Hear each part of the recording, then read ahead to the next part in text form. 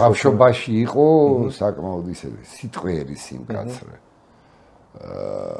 და მე ცოტა კლიზმა ბავშვიც ვიყავი, ჩუმი კლიზმა.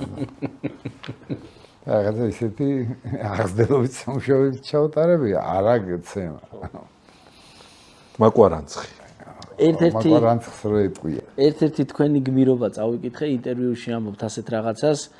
დედას აუხიტა რაღაცას მამა და გავბრაზდიო, ავედი მეორე სართულზე საკლავი ეწყო, ნავთი მოვასხიო. 3 წლის ვიყავი სამწინახევრში. მამას რეაქცია რა იყო ამაზე? ვინ ასწავლეთო? ეგეთია, გაგიჟდა კაცი. აი, დაფენილი.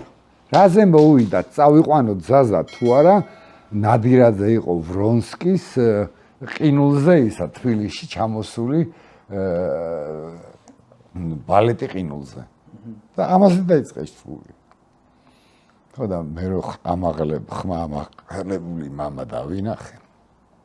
თანის გოჭი ღორი 300 კილოიანი თოფით მოკლეს რო ვერ დაიჭირეს, კაცო თავში ესროლეს. და იგრევე გაატყავეს და ესე იყო. ახლა კიდე 1 ლიტრი ჭაჭნის რა ქვია, ნავთი მოვას. გადაყარეს ხო. ანუ შობლის მხარე დავიცავი. დედის. დედის.